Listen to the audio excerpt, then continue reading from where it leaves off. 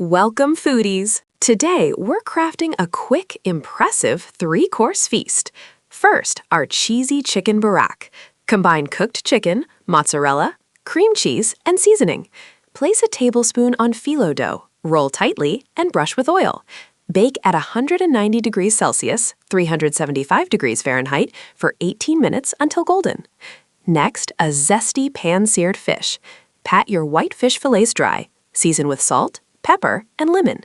Sear in medium-high olive oil for 3 to 4 minutes per side until beautifully flaky and cooked through. Now for dessert, a decadent layered chocolate mousse. Gently fold melted dark chocolate into whipped cream for our rich chocolate base. Chill briefly to set. Next, a vibrant orange cream using whipped cream, powdered sugar, and fresh orange zest. Then a sweet fig preserve for our final flavor note. Layer your mousse, orange cream, and fig preserves in elegant glasses. Chill for at least an hour for perfect setting. Then plate all 3 magnificent dishes. Incredible flavors, all from your kitchen. Like this video if you found these steps helpful. Share with a fellow foodie, and comment your progress. Don't forget to subscribe for more delicious tutorials.